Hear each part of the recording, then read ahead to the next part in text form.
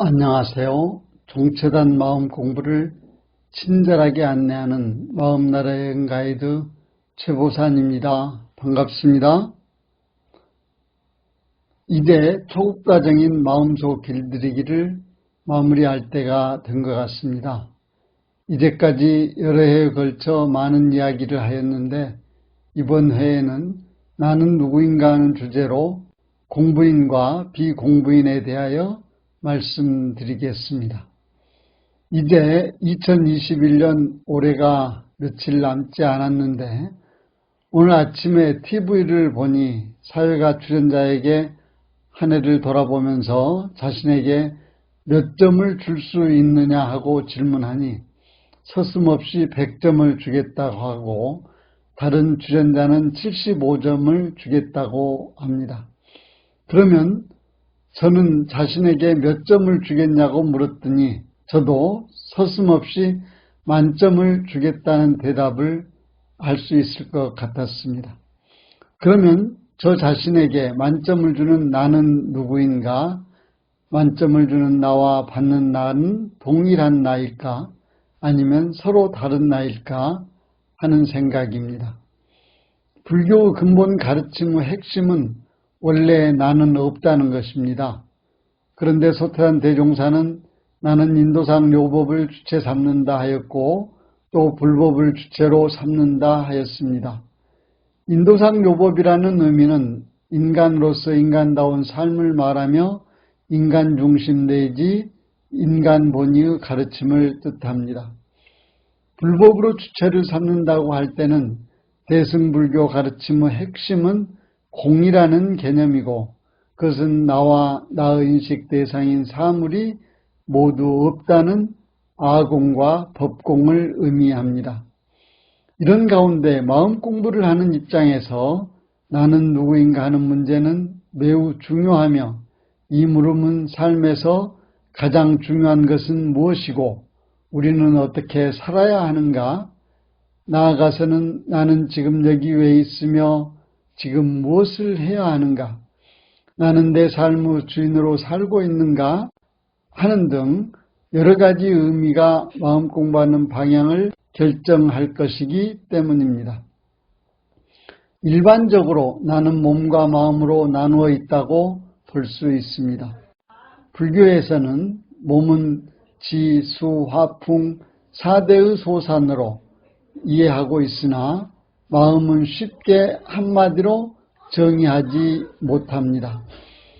공부인에게 마음이 무엇이냐고 어디에 있느냐고 하면 마음은 작용하는 데 있다고 대답할 것입니다. 그리고 마음 공부도 마음을 잘 사용하는 공부 또는 마음 작용하는 공부라고 말하고 있습니다.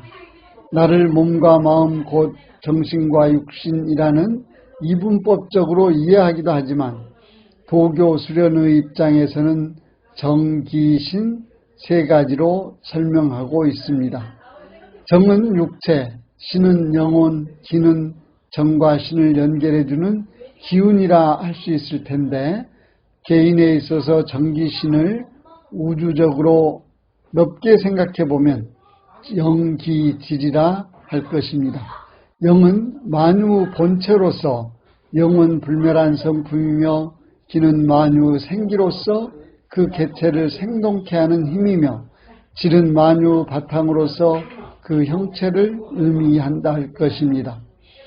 기가 영지를 머금고 영지가 기를 머금은지라 기가 곧 영지요 영지가 곧 기니 형상 있는 것, 형상 없는 것과 동물, 식물과 달리는 것, 날아다니는 것이 다 기의 불이며 영의 나타남입니다. 우주 큰 성품이란 곧 영과 기가 합일하여 둘 아닌 자리를 말합니다. 마음을 성품과 정신과 마음과 뜻으로 그 나타남을 나누어 볼 수도 있습니다. 마음은 비물질이므로 형체나 소리, 냄새, 맛 등이 없어 오감을 통하여 인지할 수 없습니다.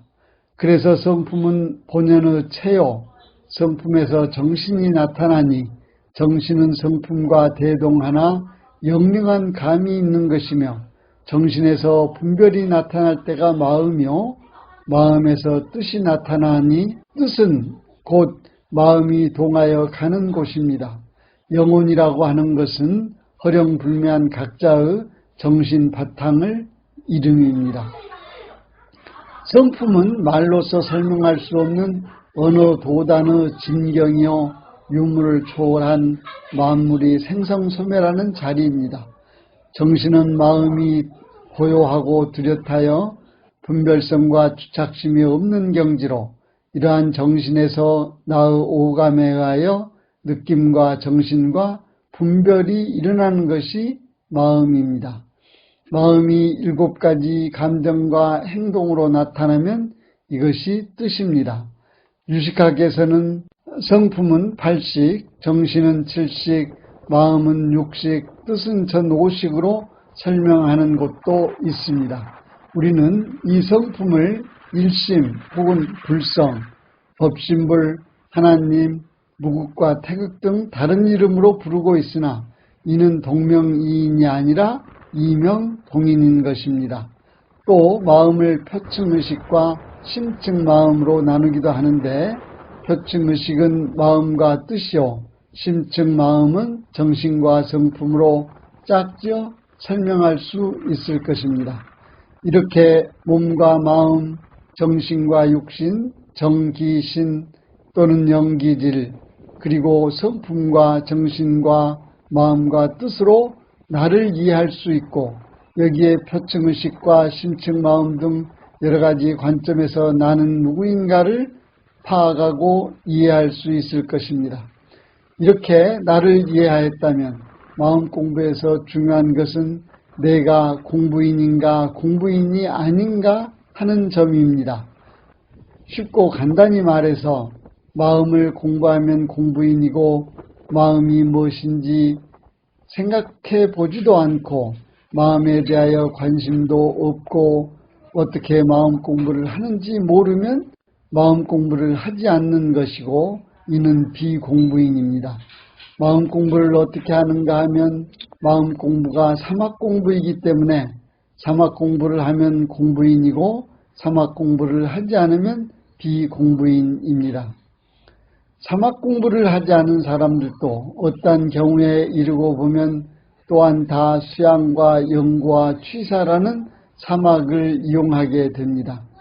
그러나 그들은 그때 그 일만 지내가면 방심이요 마음 공부에 관심이 없기 때문에 평생을 지내도 공부상 아무 진보가 없지만은 공부인은 때의 동정과 일의 유무를 헤아릴 것 없이 이 사막을 공부로 계속하는 까닭에 공부법대로 꾸준히만 계속하면 목표를 이룩하여 큰 인격을 완성할 수 있을 것입니다.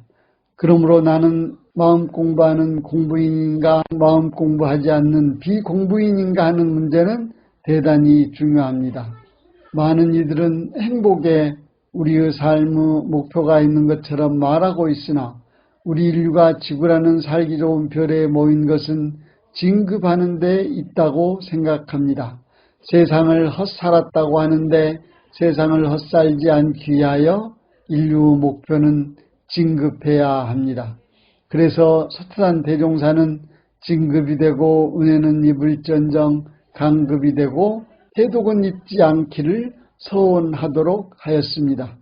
사막 공부 유무에 따라 공부인과 비공부인을 구분할 수 있게 나는 누구인가 하고 생각해 볼 때 공부인이라 자신 있게 말할 수 있어야 할 것입니다.